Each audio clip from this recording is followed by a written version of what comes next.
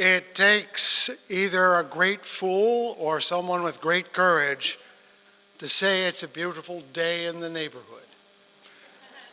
Being realistic, as all Unitarian Universalists are, such proclamations sound naive when the world is beset with wars and struggles that take beauty and put it to one side in the face of fear. But that's when we think of Wendell Berry, who seeks the peace of wild things, to be reminded that our wisdom is not compared to that which the trees, the birds, the rivers, and the mountains have known forever. This hour is for a return to the true naivete we need to forget that we humans are in charge of anything, that what we do is of any ultimate significance, and that we are merely passengers and partners and fellow travelers through the gift that is life. This hour is for humility and its liberating gift. To help us, we need you. You need people like me, your interim minister. We need our music director, Katie. We need our worship associate, Noel. We need to bring our simple hearts to a simple hour of devotion. To help all of you here in this room or out there in Zoom land, music is our guide.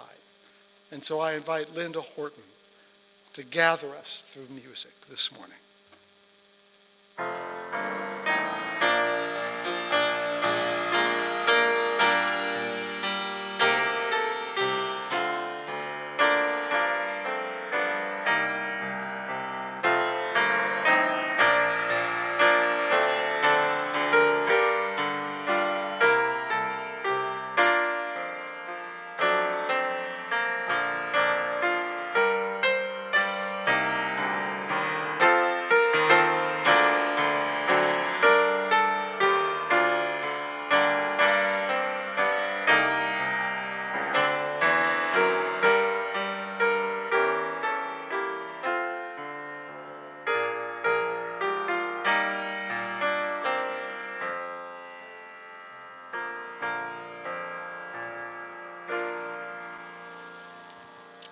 If you're at home participating with us and you have a chalice that you want to light, please go ahead and light it with us now.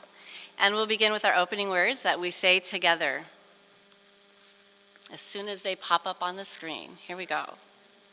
We kindle this flame, symbol of our faith, for the light of truth, the warmth of community, and the fire of love, which calls us to work for justice.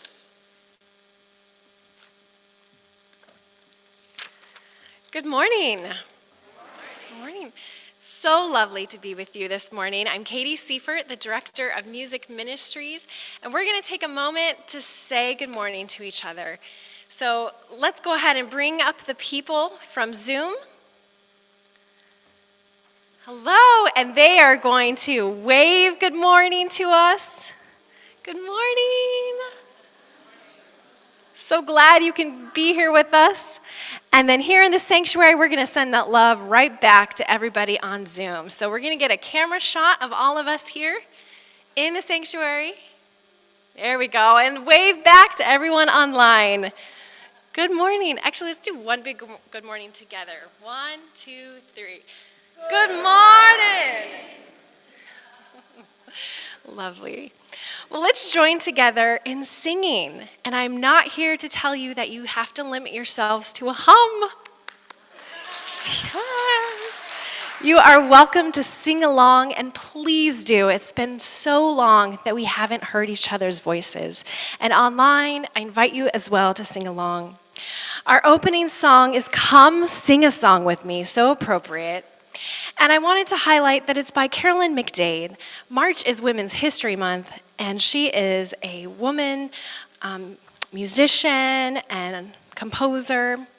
and she's been making music since the early 70s, organized 13 recording projects that grew out of her singing circles, which were circles of women coming together, singing songs about women's experiences.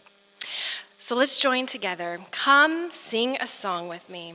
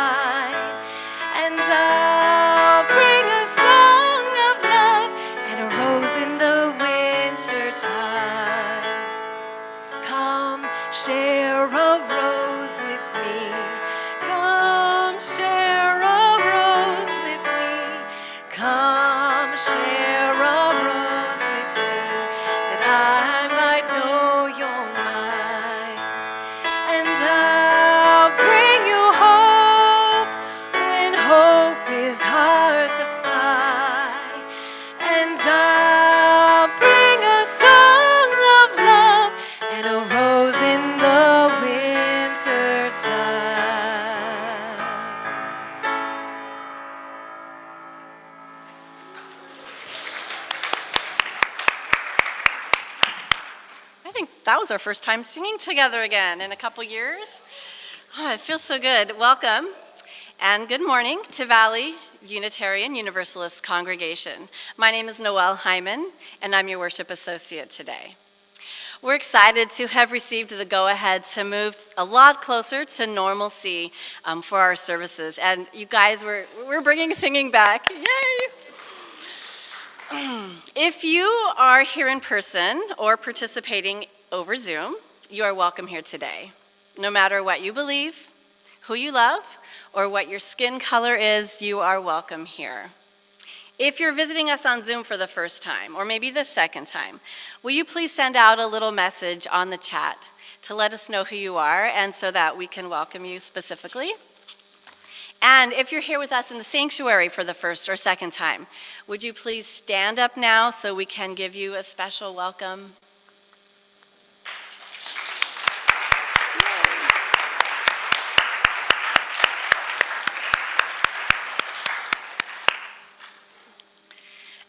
You are invited to the Welcome Circle at the back of the sanctuary after the service today. We'll have a coffee time, coffee and tea and snacks, and you can go grab one and then come and sit in the Welcome Circle to chat and maybe ask some questions if you like.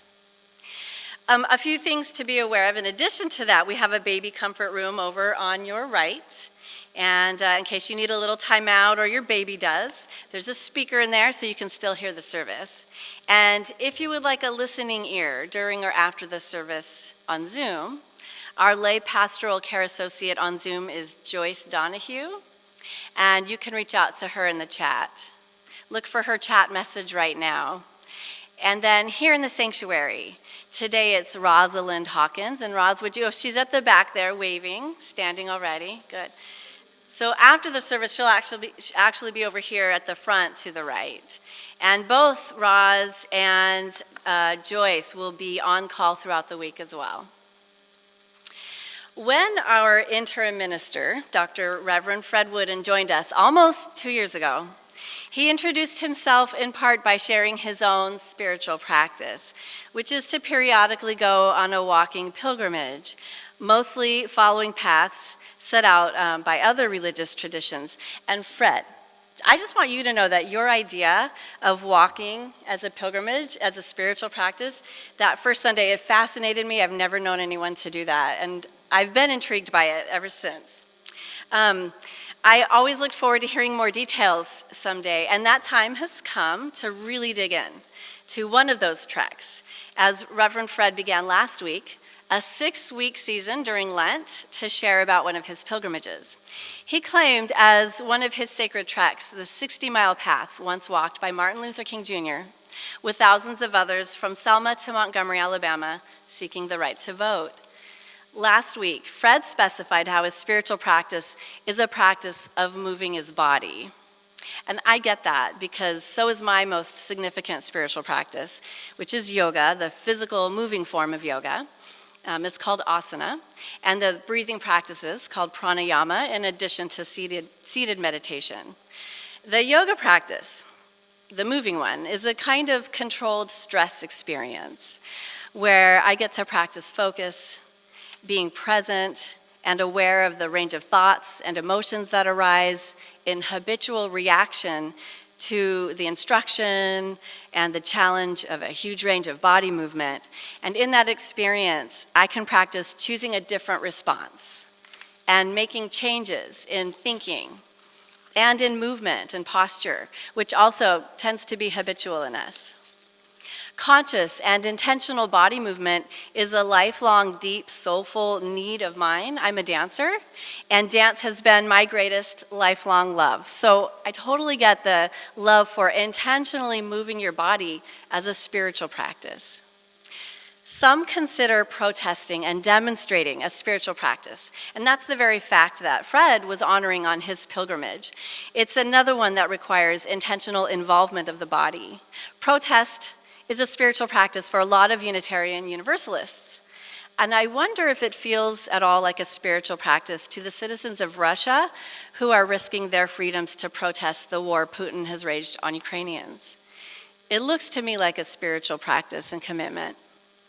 And I think of the courage and the heroism of Ukrainians who have chosen the possibility of the ultimate sacrifice of their bodies as they stay to fight for their land and their freedom and their culture and their people and their loved ones. I see it as a practice of love for others that is greater than their love for themselves, a practice that asks them to check their mental and emotional focus and resolve for days on end in the most difficult of circumstances. Most of us will never need to practice that level of sacrifice.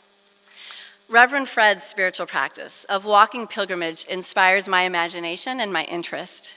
My own practice helps me to achieve states of mind that make me a better person than I was before.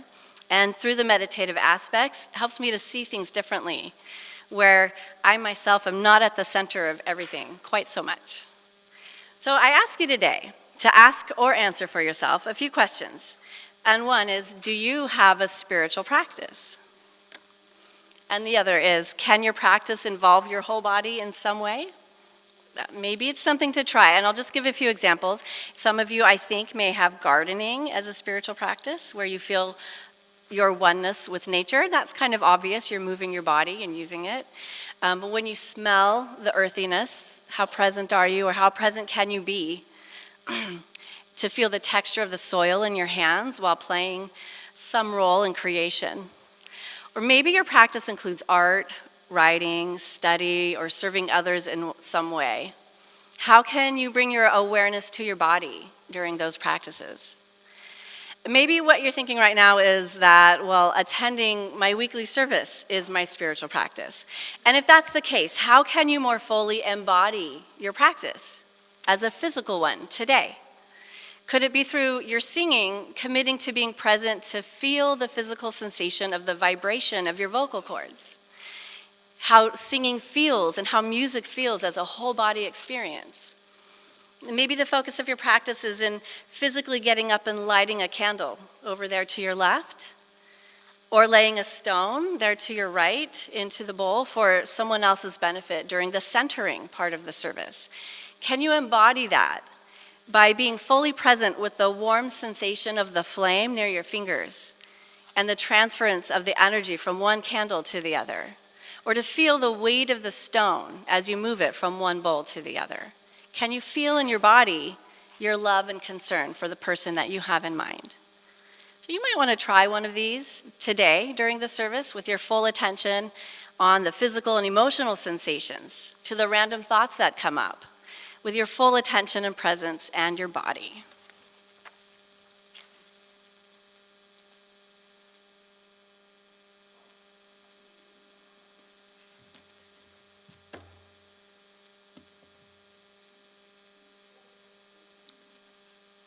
I'm wearing a mask. I will take it off because it's easier to hear me. And while I don't see anyone else, well, good, there are masks in the room. Be praised. The pandemic isn't over. We're just adapting to it, as we must.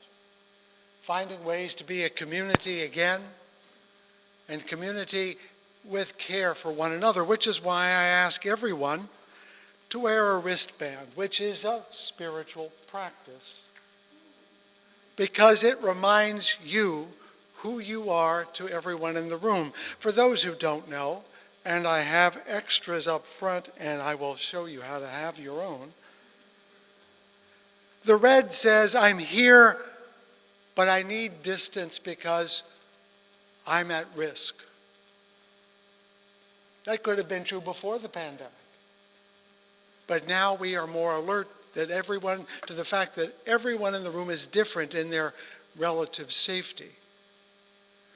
The yellow one that I'm wearing says, I'll bump an elbow, but let's keep it at that. The green says, bring it in, bro. And they are not meant to say who the other person is, but who you are. So if two greens meet, it's Clinch City. But if a green and a yellow meet, you do what the yellow wants. And if a green or a yellow meet a red, you do what the red wants, and that's wave. It is a way of respecting our differences and loving them for being different. I wear a yellow and a mask, not because I am at risk, but because I'm a caretaker for someone who is. Some of you may be in that place too. So when we do this, we're not only caring for the other person, we're caring for all the people they care for as well. Because VUU is not the people in the room, it's the people in our lives. Why am I saying this during the offering? Because every gift we give to this community is an opportunity to embody our care for the community, whether I see them or not. It means that those who are on Zoom are there either because they can't be here in person and they're far away and we still want to love them and see them, or they can't be here because even being in the room would be too hard or too risky for them.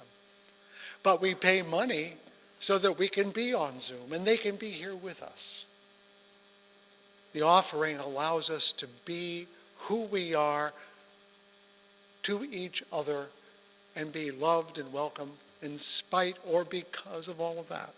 Now, I'm going to make a couple of quick announcements that are not relative to that, but you needed to know that right now. So every week when you come in, choose a wristband. Do leave them behind so that you can say who you are today to the people around you and know they will love you no matter what color you are this week.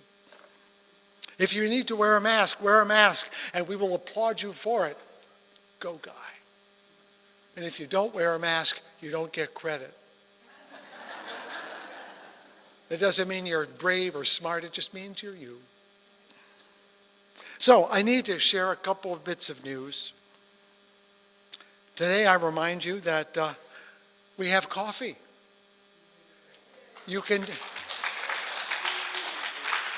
Which will require the removing of masks, which I hope means when you have it, do it outside so the breezes of Arizona can whisk all the COVID germs out into the world, and so you don't have to bring them home. I'm also here to tell you that whether you noticed it or not, we were busy refinancing our mortgage while you weren't looking.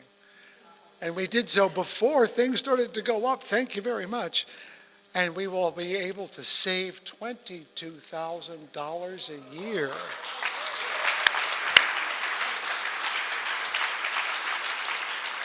For this, we are always thankful for those who pushed it along, and we are never surprised when some of that thanks goes to Deanne McClenahan, who chases even the most reluctant skunks around.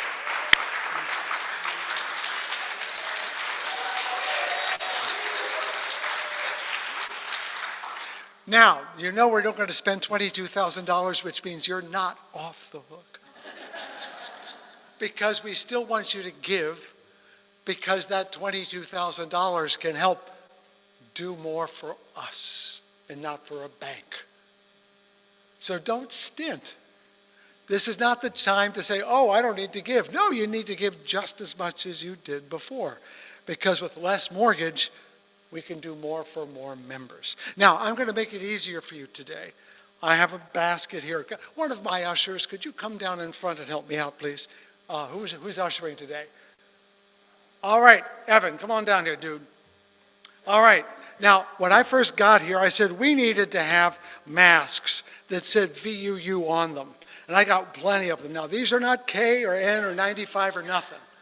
But if you drop something in the plate today and you want to have this as a keepsake from the pandemic, you're entitled to a mask.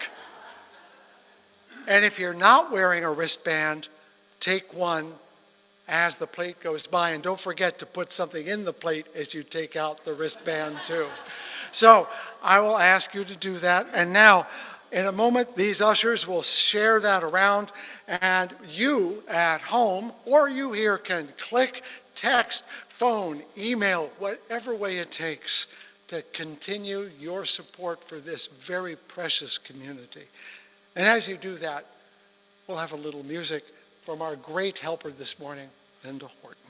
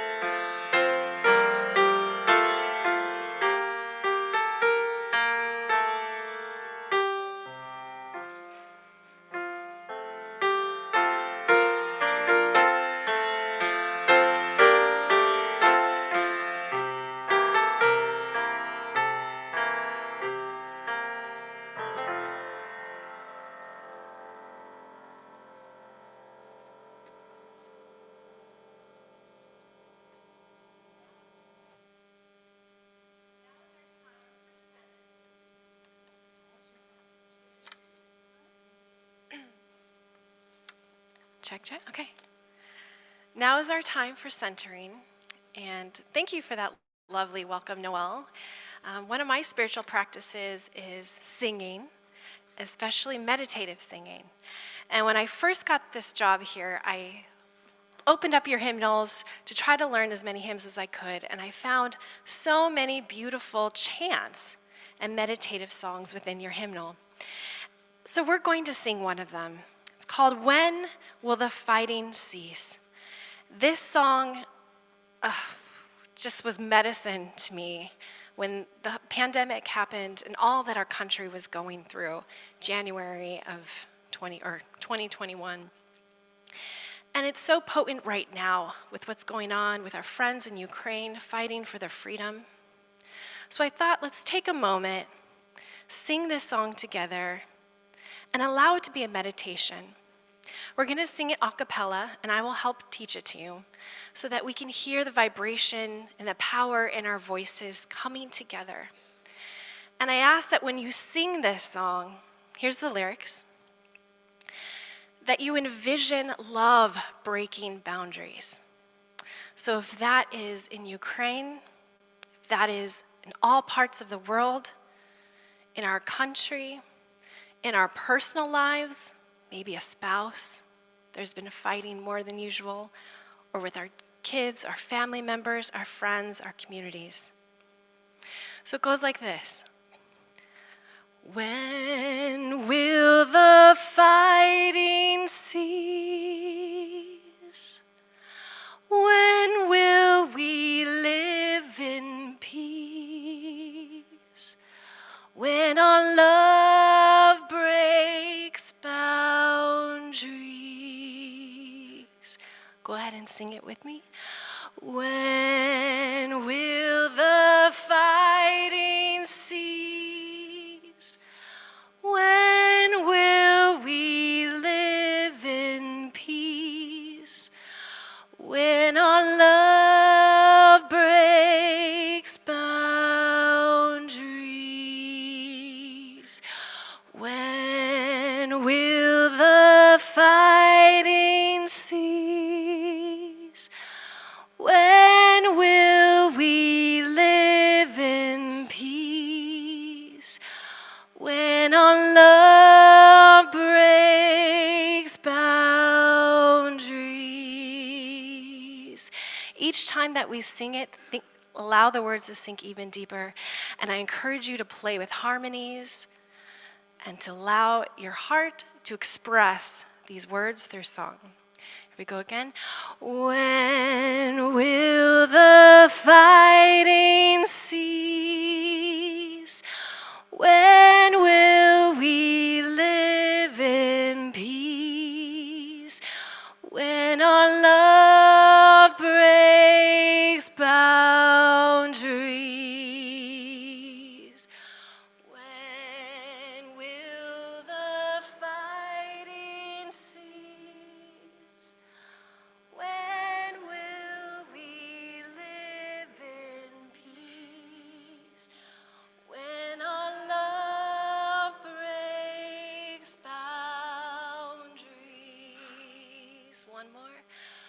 When will the fighting cease?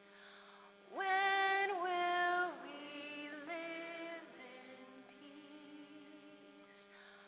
When our love breaks boundaries.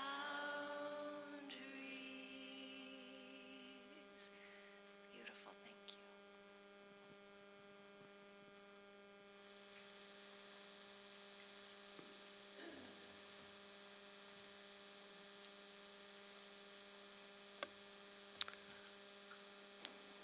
A time of prayer is not the words, but the silence between the words. Not what they say, but what they mean. And something larger, smaller, taller, and deeper than humans know.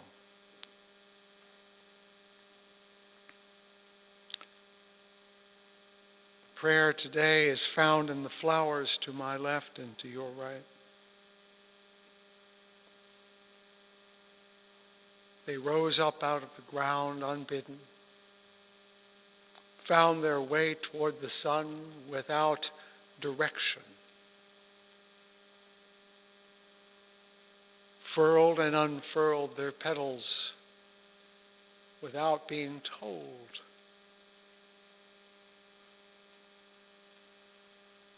Yielded color and fragrance without being asked. Should this not be how we live? Rising up, unfolding, bestowing, becoming, just because. We live in such a hurry of life, sending each moment into the past as if it were a step on a ladder or a staircase toward some goal.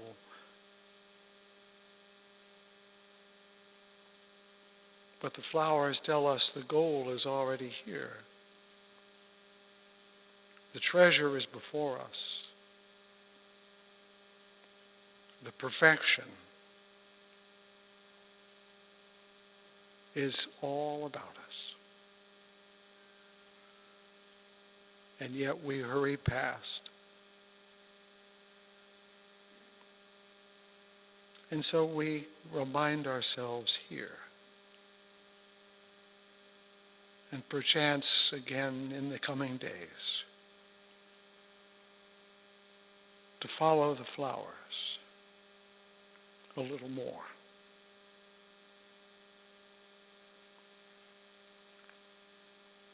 Follow the flowers just a little more.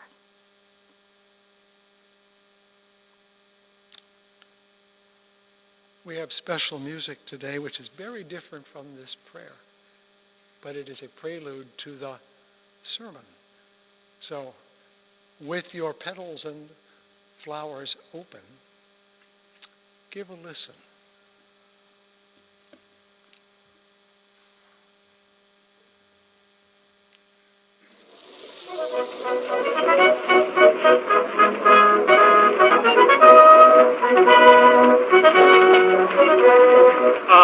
I was in the land of cotton, old times are not forgotten. Look away, look away, look away, Dixieland.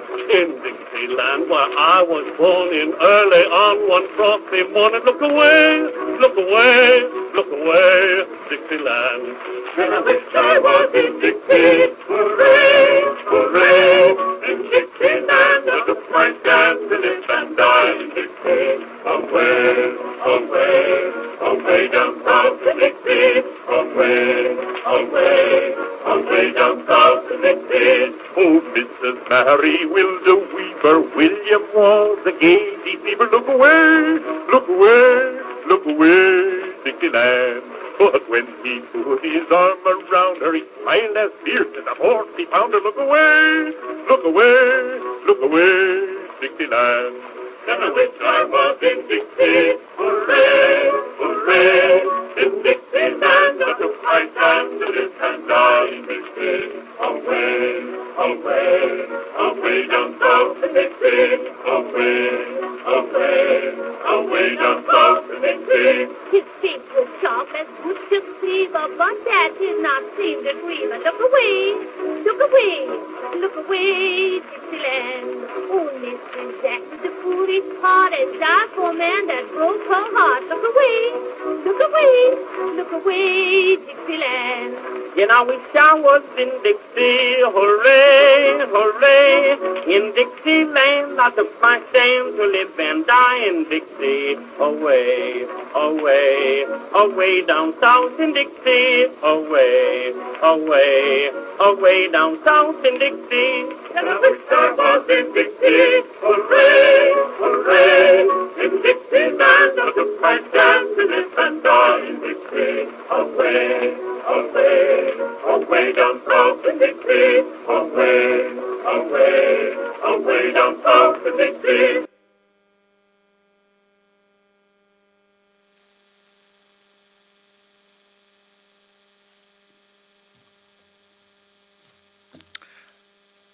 That was such an effective piece of music, I don't need to preach.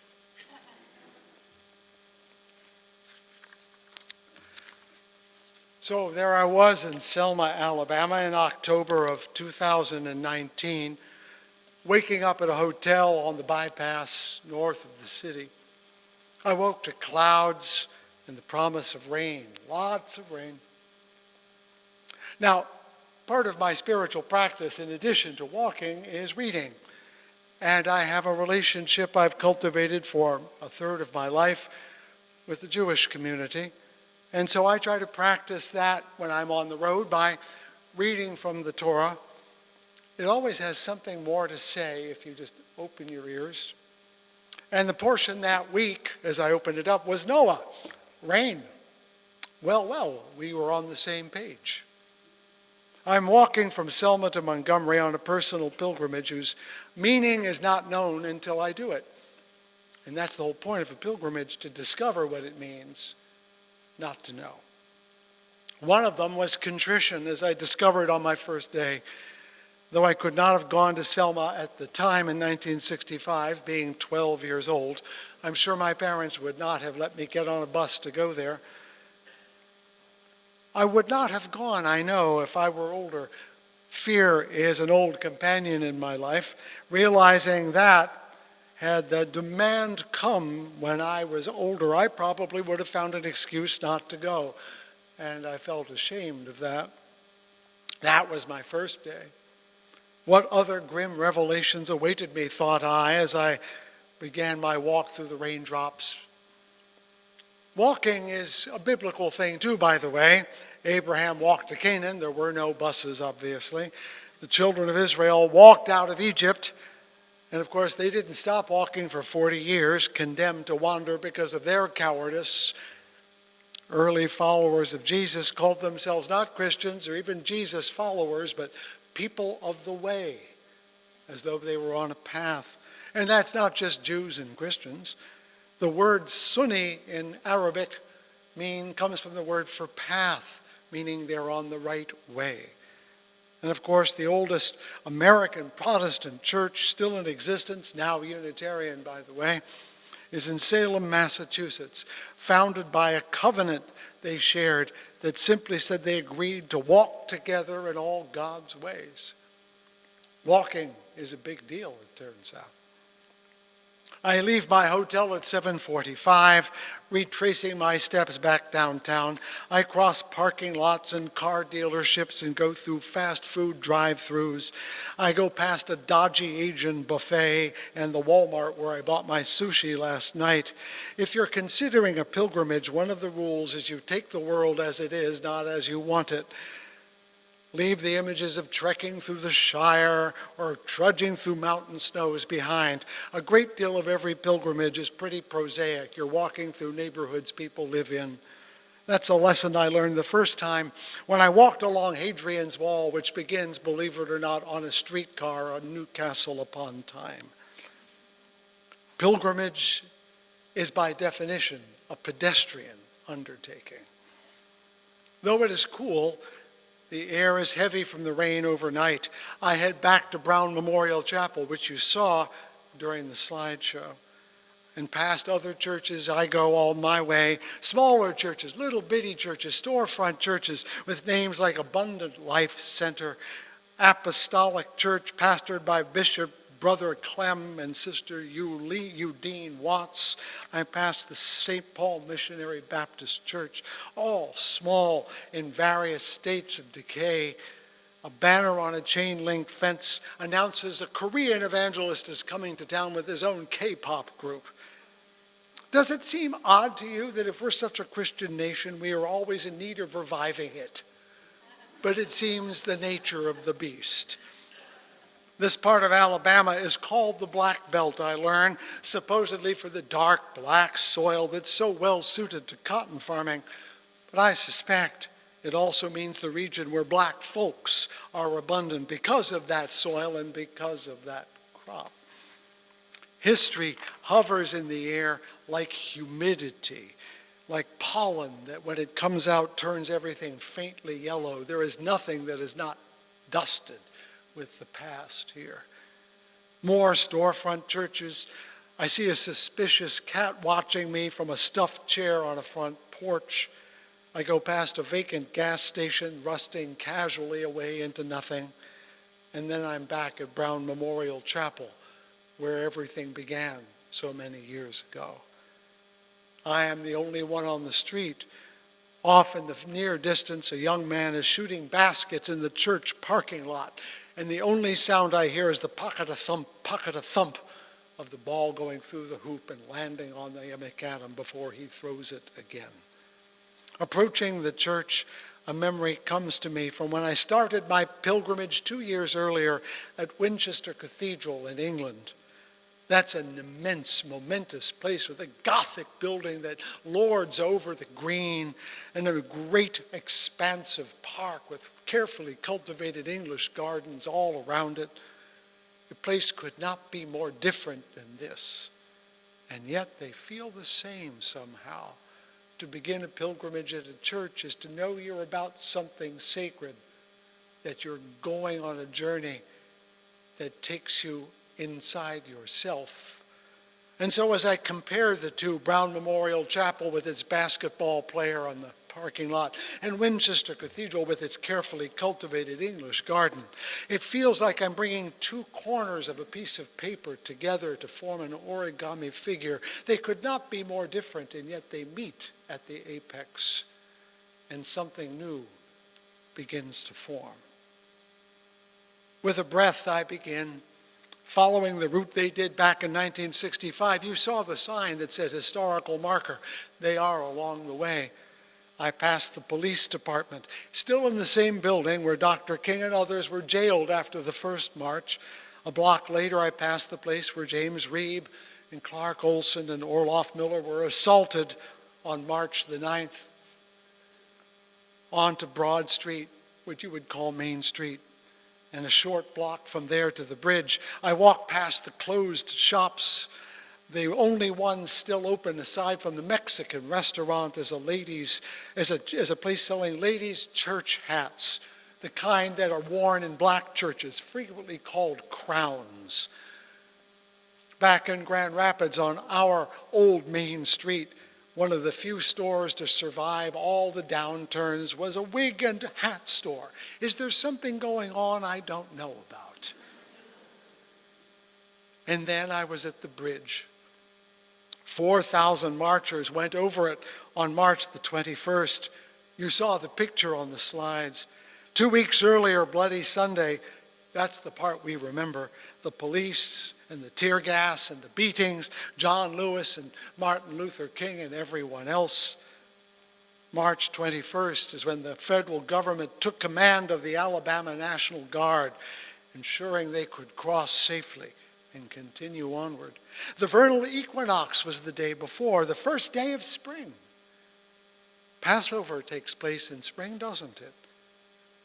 More than once, Moses and the people tried to leave Egypt, but were stopped every time, and Pharaoh stood in the way over and over again.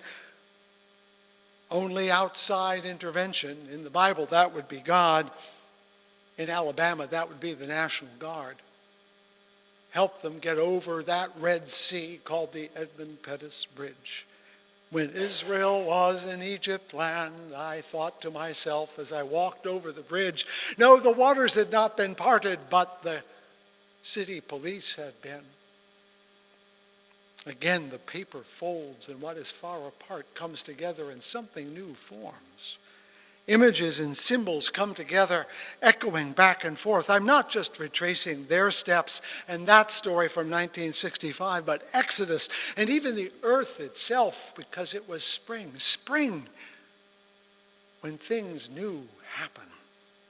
The Alabama River, the Red Sea, some cosmic amniotic fluid, it's all flowing together, easing infant spring from the womb of winter, easing the people of Selma on the way to Montgomery. And here I was I undergoing some birth of my own? I have no way of knowing, but there I was. On the far side of the bridge, reality returns. It is October, not March, and the 4 lanes on the bridge narrow to 2 lanes as it gets down to the bottom of the bridge. According to an agreement in 1965, 4,000 crossed, but only 300 continued the march along the road.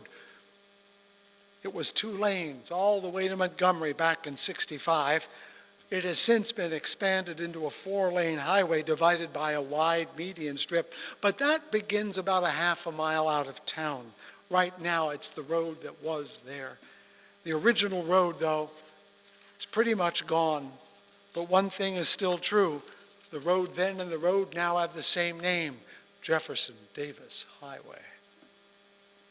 I leave the city behind and start along the road that at first is straight and predictable and very ordinary. Pilgrimage, by the way, is never glamorous, as I mentioned. It's drive-thrus and fast food joints and gas stations and walking along the asphalt. I, though, know better than that. I walk in rough grass along the left shoulder of the highway facing traffic. But it's a very narrow shoulder and steep because there's a drainage ditch alongside me and a railroad track just beyond that. On the other side, the wrong side of the highway, there's a very wide swath, so I wait for a break in the traffic and cross, and I walk there. It becomes apparent to me as I walk that when they rebuilt the highway as a 4-lane highway, they did not just park it right on top of the old road the whole time. No, I could see this part of the road. The old highway was now the shoulder. No doubt it was an engineering choice, the best one, of course, but somehow progress always erases the past, even the past we should remember. Have you ever thought why all those highways go through neighborhoods that weren't yours? Have you looked in a mirror to realize how white you are? And suddenly we know that urban renewal and progress have always been on the backs of those who didn't have a voice or a place at the table. There is nothing innocent about anything we do, Alabama especially so. But there are businesses left from that time, and they let me know they were there then because now, instead of being by the road, they're a good 50 or 100 yards off the road in the flat place where the old highway used to be. I passed motels, those old-fashioned motels that are shaped like a U, where you park right in front of it, and it's got a little sloping roof to help the rain fall off, and there's an office at the front with a flickering sign that says either vacancy or no vacancy. You know that the marchers didn't sleep here. For them, it was always no vacancy. Such things are what walking reveals. The trucks whizzing by in the cars, they don't even see the old motels. They scarcely see the land at all. Of course, there are other buildings, most of them now abandoned, on their haste to get to Montgomery and other important places, and they're rotting away like the single wide trailer hidden behind trees that are slowly enclosing it, and the abandoned factory sprouting vines through its soffits and broken windows. As I see them, a memory comes to me, and a metaphor. I am no longer in Alabama, but in a March day in 1981, when I went out to the yard of my parsonage in my first church in the rugged hills of Massachusetts, which in March is still winter as long as it possibly can be. The house was old, built in 1846. It has a barn and a shed and a large yard that was clearly farmed at some point. Imagine the pastor farming on his day off. Now it was overrun with grasses and weeds. A large lilac grows beside the shed. This was far from the South Side Chicago apartment we lived near the Illinois Central tracks. I have no idea how to care for this place. I saw shoots coming up from the ragged lawn. A neighbor explained that they were lilac suckers. Apparently, when the lilac grows, its roots go out sideways, and from time to time it tries to start a new lilac bush by pushing up through the lawn. I resolved to nip these in the bud. I fail. But I went out with a shovel and began to remove them, only to discover that they're still connected to the main shrub. Even when I succeeded in moving some of them, there are always new ones that appeared when I didn't think they would show up. On the other side of the house, I face another enemy, ornamental bamboo, that would make us into a tropical climate if it had a choice. It defied all assaults, turning up every spring in new places. As I looked at the way nature was reclaiming the land alongside, Jefferson Davis Highway, I thought of the kudzu. That's that invasive plant brought over for fun in 1876 for the Philadelphia Exposition. It was designed to help control some of the other plants down south, and it turns out it's the one that needs the controlling. It grows up to 1 foot a day. It's all but impossible to stop, and unchecked will overtake everything else. And in that image, in that invasive plant, whether it's the lilac or the kudzu, I suddenly saw the institution of slavery like that. We've cut down the big bush, but it keeps growing and showing up. We call it Jim Crow, we call it urban renewal, we call it affirmative action, but at every turn, it comes back to remind us that we planted an invasive species in our history, and it will never go away by itself. As it was imported along with the colonizing powers of who had their dream of untapped wealth and power, who thought the land and the people in it and the people from Africa could make them wealthy beyond their dreams, and they were right. But now it has overrun the land itself and grew unimpeded for generations. It has become the landscape I look at. I am watching it all grow slowly but inexorably over everything. What started as an invasive species has become the norm, the thing to be protected, not resisted. And when I say invasive species, I mean to include a certain animal as well as a certain plant. Slavery was and is the vine that holds the South together even now. I saw it in Selma, not only in that struggle back in 1965, but at the cemetery on the white side of town that I didn't go to see, but learned about later, because when you go on a pilgrimage, you go home and learn more about where you were. There's a white cemetery on the other side of town. Mind you, I just said white cemetery. Please remember that. And the graves of the Confederate soldiers are to this day marked with Confederate flags, placed there by the still extant daughters of the Confederacy. They are all surmounted by a monument to Nathan Bedford Forrest, who isn't buried there, but who tried to save the city and failed. I saw the slavery at the City Museum the day before, in the lavish attention to the war and the scant attention to the aftermath. I saw it in the old synagogue. Yes, there was a Jewish community in Selma, and they became very accepted. And even the mayor of Selma in the middle of the 20th century was a member of the synagogue, and then that means the Jewish mayor of Selma enforced the Jim Crow laws, and that made it harder yet. I saw it in the old black man at the diner where I had lunch, who sat in the back and cleaned all the tables and said not a word. I saw it in the tiny bowls of cotton that you saw in the cotton fields. Well, when they're still packed up and go down the road, they fly off the trucks and make a gentle rain of cotton as you walk down the highway. Because cotton is still king here. Even the empty cotton fields with their stick-like empty husks dominate the fields. William Faulkner, from that next-door neighbor, Mississippi, famously observed, "The past is never dead. It's not even past." It is more than evident here that it is still 1865, as well as 1965 and 2019. When it comes to slavery, like the song says, old times there are not forgotten. The rain came back and got serious for a while, forced me to wait it out under the canopy of an old gasoline station, long abandoned and beginning to be reclaimed by nature. I got a little shelter for that for a while.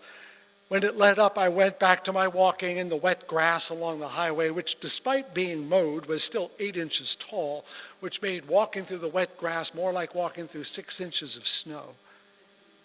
I considered taking out my rain jacket, but it was so warm that all it would do would make me sweat, so I decided it was better to get wet from outside than from in.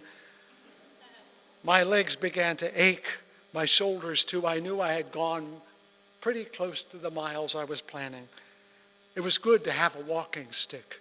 It's good company, too. Another thought slowly creeps into my mind, namely the vanity of the whole endeavor. How pitiful it is to see human beings clinging to a tendril of nostalgia as though their lives depended on it, defending a molehill rampart that is even now being eroded. Nature is slowly taking back everything. The heron that stood in the ditch by my hotel this morning sneered at my intrusion. "What are you doing here?" It looked at me. The vines alongside the road are making an Angkor Wat of a trailer park. Spanish moss is filling up the trees. A flattened possum along the road reminds me that I could be squashed by a truck at a moment's notice. Even the skeleton of a long dead dog reminds me that man's best friend lasts not forever. The falcon and the blue jay above me, the hawk looking at it all, barely see me if they see me at all, and if they do, as something between them and their meal. Even the great concrete piers of this highway show their cracks and let me know that they will not last as long as the land itself. Far from dismayed, I am relieved. Even though we can't get rid of it, nature will eventually take it all. If I and you are but passing moments, even the evils we breed and brood will succumb someday. Their Ozymandias will arrive when we finally let go of thinking we were the gods we never were in the first place. The world, as the poet said, will not end with a bang but a whimper. I can hear that whimper forming by the side of the road. The only question is whether we will be there or vanish before that.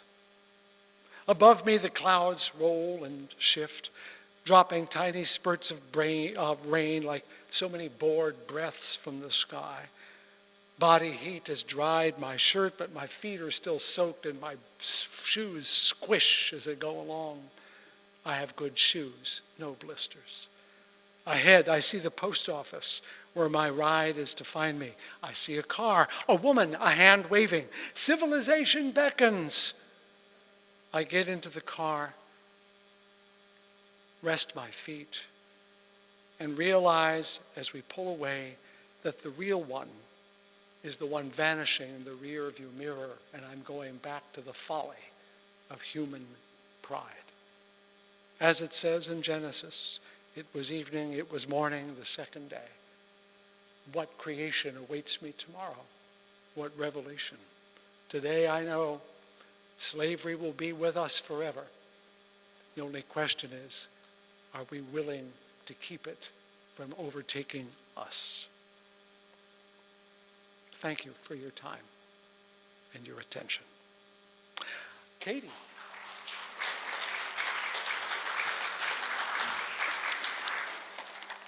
It's time for us to sing and to bring some joy back into a room that I have so robbed it of in the last 20 minutes. Please stand as we sing our closing song. This Sunday where we can sing together, let's sing our beloved, most favorite hymn, Blue Boat Home. And thank you, Linda Horton, for playing for us this morning.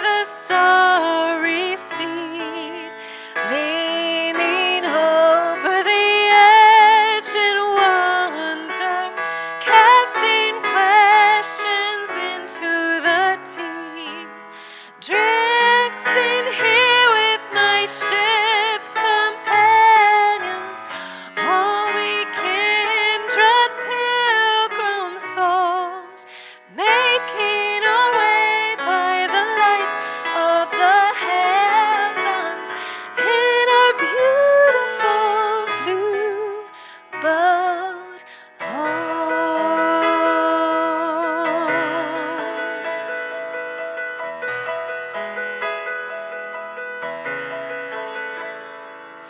I give thanks to the waves upholding me, hail the great winds urging me on.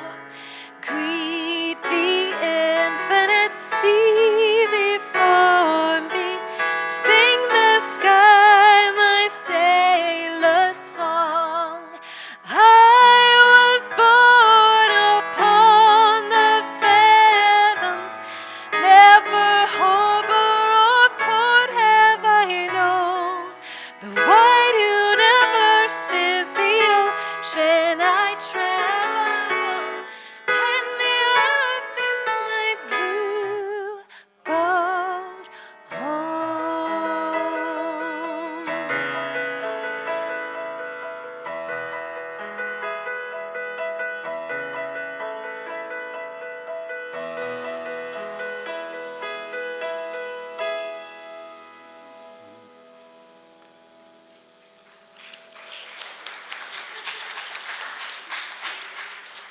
Some old words to help us into the world. Be doers of the word, not merely hearers. Those who look into the perfect law, the law of liberty, and persevere, being not hearers who forget, but doers who act, for they will be blessed in the doing. Make the world better than it was before. And come back next Sunday tired and ready to do it again. Noel, could you help us extinguish the chalice? If you're at home, you can extinguish your chalice with us and we'll say our final words together. Though we extinguish the chalice, our connection to each other and this community remains.